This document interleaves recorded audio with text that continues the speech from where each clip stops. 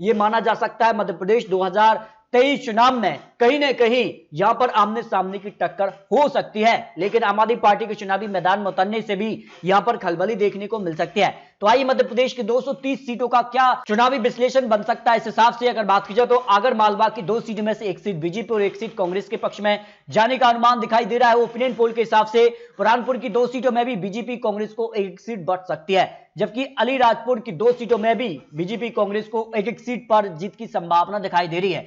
मंदसौर की 4 सीटों में से बीजेपी को 2 सीट यहां पर कांग्रेस के पक्ष में जा सकती है। खंडवा की 4 सीटों में भी बीजेपी कांग्रेस को 2 सीटों पर यहां पर बंटवारा देखने को मिल सकता है। नरसिंहपुर की अगर बात की जाए 4 सीटों में से बीजेपी को 1 सीट जबकि कांग्रेस को 3 सीट की संभावना दिखाई दे रही है। श्योरपुर की 2 सीटों में से बीजेपी 1 सीट कांग्रेस के पक्ष में जाने का अनुमान दिखाई दे रहा है। दतिया की 3 सीटों में से बीजेपी को 2 सीट 1 सीट कांग्रेस के पक्ष में जाने की संभावना हो सकती है।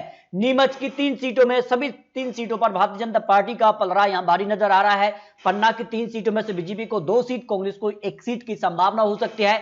यहां पर अनूपपुर की 3 सीटों में से बीजेपी 1 सीट कांग्रेस को 2 सीट पर जीत का अनुमान यहां पर दिखाई दे रहा है। अशोकनगर की 3 सीटों में से बीजेपी 1 सीट 2 सीट पर कांग्रेस का पलड़ा भारी नजर आ रहा है। झाबुआ की 3 सीटों में भी बीजेपी 1 सीट कांग्रेस को 2 सीट पर जीत का अनुमान दिखाई दे रहा है। मंडला की 3 सीटों में भी यहां पर बीजेपी को करीब 1 सीट मिल सकती है, पर कांग्रेस को सभी तीनों सीटों पर जीत की संभावना हो सकती है। शहडोल की 3 सीटों में से बीजेपी को सभी तीनों सीटों पर जीत की संभावना दिखाई दे रही है। सीहोर की 4 सीटों में से बीजेपी कांग्रेस को 2 सीटों पर यहां पर बंटवारा देखने को मिल सकता है। बिल्कुल कड़ी टक्कर यहां पर देखने को मिल सकती है।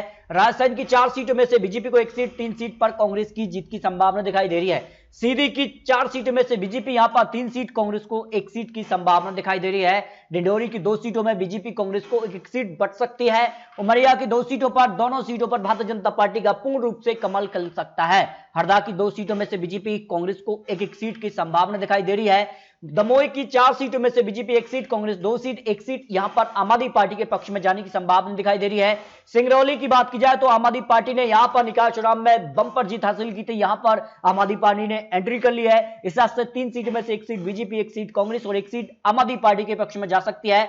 शाजापुर की 3 सीटों में से बीजेपी को यहां पर 0 से 1 सीट कांग्रेस को 2 सीट की संभावना दिखाई दे रही है। इंदौर की 9 सीटों में से भारतीय जनता पार्टी को 5 सीटों पर जीत की संभावना, कांग्रेस को 4 सीट की संभावना। सागर की 8 सीटों में क्योंकि सबसे ज्यादा मंत्री यहां से हैं तो यहां पर 6 सीट भारतीय जनता पार्टी के पक्ष में जा सकती हैं, 2 सीट कांग्रेस के पक्ष में हो सकती है। जबलपुर की 8 सीटों में से बीजेपी को 4 सीट पर ही कांग्रेस की जीत की संभावना दिखाई दे रही है। गुना की 4 सीटों में से बीजेपी को 1 सीट 3 सीट पर कांग्रेस को जीत की संभावना हो सकती है। होशंगाबाद की 4 सीटों में से बीजेपी 2 सीट पर कांग्रेस की जीत की संभावना है। कटनी की 4 सीटों में बात की जाए तो यहां पर बीजेपी को 2 सीट पर कांग्रेस को जीत की संभावना दिखाई दे रही है। सिवनी की 4 सीटों में से बीजेपी को 3 सीट जबकि कांग्रेस यहां पर 1 सीट पर जीत की संभावना दिखाई दे रही है। बड़वानी की 4 सीटों में से 3 सीट पर भारतीय जनता पार्टी का कमल खिल सकता है, 1 सीट कांग्रेस के पक्ष में जा सकती है। बैतूल की 5 सीटों में से बीजेपी को 3 सीट कांग्रेस को यहां पर 2 सीट की संभावना दिखाई दे रही है। भोपाल की 7 सीटों में से बीजेपी को यहां पर 4 सीट की जीत की संभावना है और कांग्रेस को 3 सीट पर जीत की संभावना दिखाई दे रही है। छिंदवाड़ा की 7 सीटों में बीजेपी को यहां पर 3 सीट जबकि कांग्रेस यहां पर 4 सीटों पर जीत सकती है, जो अनुमान दिखाई दे रहा है। रीवा की 8 सीटों में भारतीय जनता पार्टी को 5 सीट जबकि कांग्रेस यहां पर 3 सीटों पर जीत की संभावना दिखाई दे रही है। इसके अलावा बात की जाए तो मुरैना की 6 सीटों में से बीजेपी को यहां पर 3 सीट कांग्रेस को 2 सीट 1 सीट आम आदमी पार्टी या फिर बीएसपी समाजवादी पार्टी के पक्ष में जाने की संभावना दिखाई दे रही है।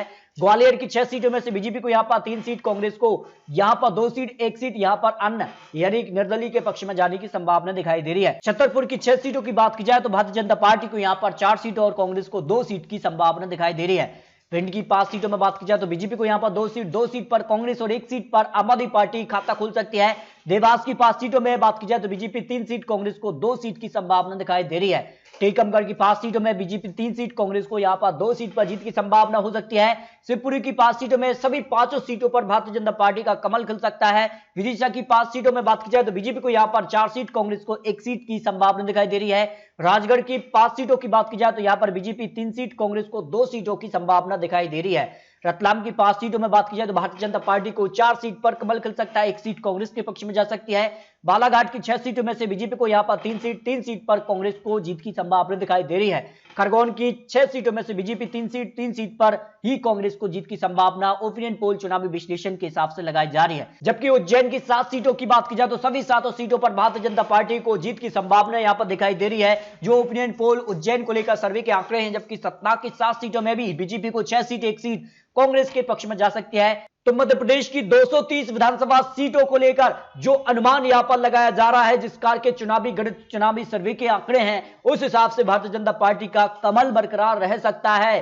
करीब 100 सीटों से 130 सीटों तक भारतीय जनता पार्टी पहुंच रही है, जबकि कमलनाथ 90 से 100 सीटों तक पहुंच सकते हैं, क्योंकि सर्वे के आंकड़े जिस कार से बड़े दिग्गज नेता बीजेपी में हैं, उसका फायदा भारतीय जनता पार्टी को मध्य प्रदेश विधानसभा चुनाव में हो सकता है, जो उनकी यहां पर योजना है। इसके अलावा बात की जाए तो जिस कार से कांग्रेस के बड़े दिग्गज नेता भी बीजेपी में पहुंच चुके हैं, तो उसके कारण कहीं ना कहीं बीजेपी का पलड़ा इस चुनाव में भारी नजर आ रहा है। लेकिन आने वाले वक्त में किस कार की रणनीति होती है मध्य प्रदेश के लिए?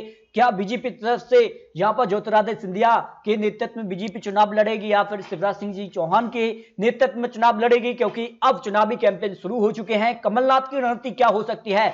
कमलनाथ क्या पुराने मुद्दों को लेकर यहां पर जनता के बीच एक बार फिर से पहुंचेंगे? क्या कुछ होगा? क्योंकि अब कमलनाथ अकेले हैं, पहले ज्योतिरादित्य सिंधिया के साथ मिलकर चुनाव लड़ा था, लेकिन मुख्यमंत्री पद को लेकर आपसी खींचतान के बीच ज्योतिरादित्य सिंधिया अब बीजेपी का एक बड़ा चेहरा बन चुके हैं। तो मध्य प्रदेश को लेकर ये चुनावी आंकड़े, चुनावी अनुमान आपको दिखाए हैं। मध्य प्रदेश की 230 सीटों को लेकर और नए और सटीक विश्लेषण आपको बहुत जल्द देने वाले हैं।